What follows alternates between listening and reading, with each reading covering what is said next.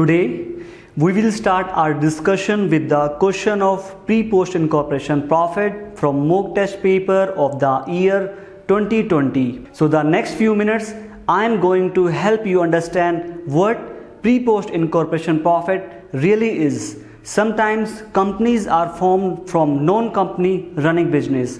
In these cases, profit earned by company before incorporation is credited to capital reserve account, and profit earned by company after incorporation called post incorporation profit.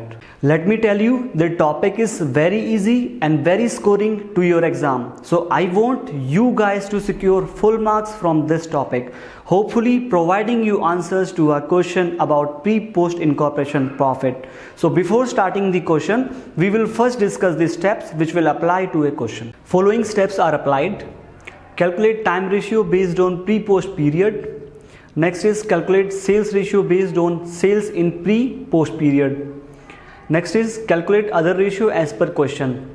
Allocate sales, cost of sales, carriage inward, bad debts, traveler commission, discount, sales commission in ratio of sales.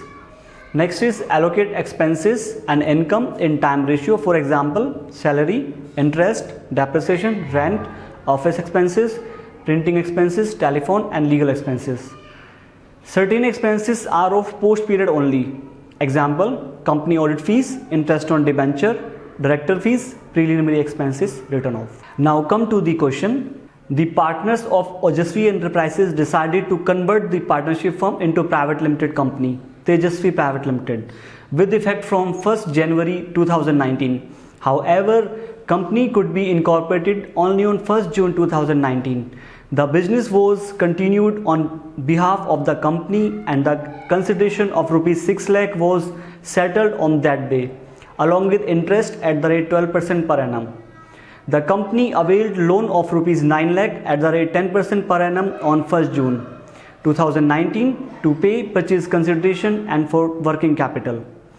The company closed its account for the first time on 31st March 2020 and presents you to the following summarized profit and loss account. Sales 19 lakh 80,000, cost of goods sold 11 lakh 88,000, discount to dealers 46,200, directors remuneration 60,000, salary 90,000, rent 1 lakh 35,000, interest 1 lakh 5,000, depreciation 30,000, office expenses 1 lakh 5,000, preliminary expenses to be written off in the first year itself 15,000, and profit is 2 lakh 5,800. Sales from June 2019 to December 2019 were 2.5 times of the average sales, which further increased to 3.5 times in January to March quarter 2019. The company recruited additional workforce to expand the business. The salaries from July 2019 doubled. The company also acquired additional showroom at monthly rent of rupees 10,000 from July 2019. You are required to prepare a statement showing apportionment of cost and revenue between pre-incorporation and post-incorporation periods. Now come to the answer. Tejasvi Private Limited. Statement showing apportionment of cost and revenue between pre-incorporation and post-incorporation period. Pre-incorporation period 5 months. Post-incorporation period 10 months. Pre-incorporation period will start from 1st January 2019 to 31st May 2019, and post-incorporation period will start from 1st June 2019 to 31st March 2020. So to understand sales, now come to working note. Calculation of sales ratio. Let average sales per month in the pre-incorporation period will be X. Average sales pre-incorporation period. So pre-incorporation period from 1st January 2019 to 31st May 2019 is 5 months. So 5 months into average sale. Average sale is X. So X into 5 months is equal to 5X. Now sales post-incorporation period from June 2019 to December 2019. So it is mentioned in the question that sales from June 2019 to December 2019 were 2.5 times of the average sale.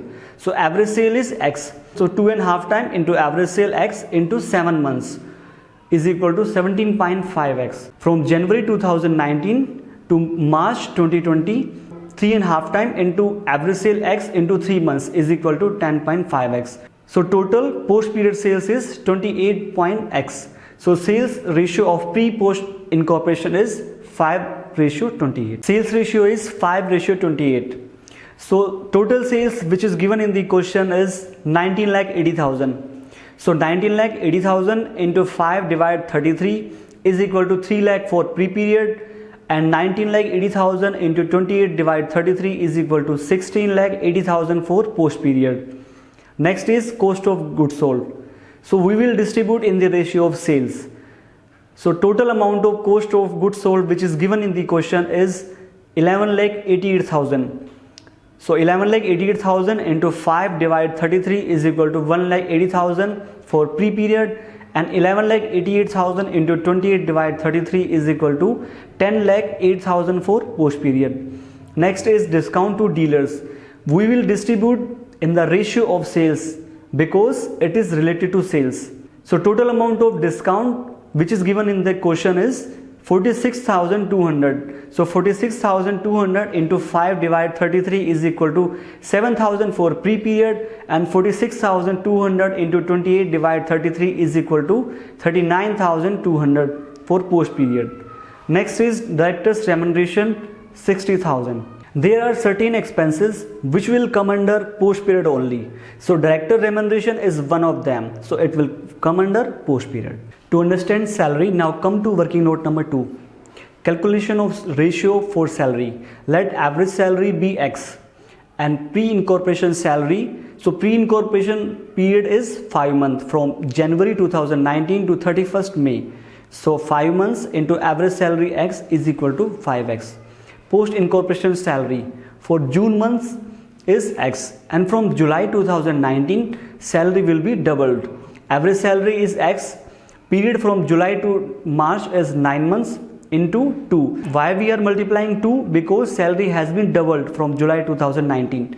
So is equal to 18x. So total post period salary is equal to 19x. So ratio is 5:19. So total amount of salary which is given in the question is 90,000.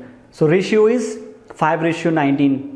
So 90,000 into 5 divided 24 is equal to 18,750 for pre-period. 90,000 into 19 divided 24 is equal to 71,250 for post-period. Next is rent. Calculation of rent. Total rent which is given in the question is 1,35,000. And company also acquired additional showroom at a monthly rental of 10,000 rupees per month from July. So from July to 31st March 2020, 9 months. So 10,000 rupees per month into 9 months is equal to 90,000. So after deducting 90,000 from 1,35,000, we get rent of all premises 45,000. So 45,000 is for a period of 15 months. So 45,000 divided 15 is equal to 3,000. So 3,000 rupees per month. Rent in pre and post period. So 3,000 rupees per month into 5 for pre-incorporation period is equal to 15,000, and 3,000 into 10 is equal to 30,000 for post period. Additional rent is equal to 90,000. This will come under only post period. So total of post period rent is 1,20,000 and pre-period rent is 15,000. So rent for pre-period is 15,000 and 1,20,000 for post period. Company could be incorporated only from 1st June 2019, but business was continued on behalf of the company from 1st January 2019. So interest of pre-period will be calculated from 1st January 2019 to 31st May 2019, that is for a period of 5 months. So calculation of interest pre-incorporation period from 1st January 2019 to May 2019.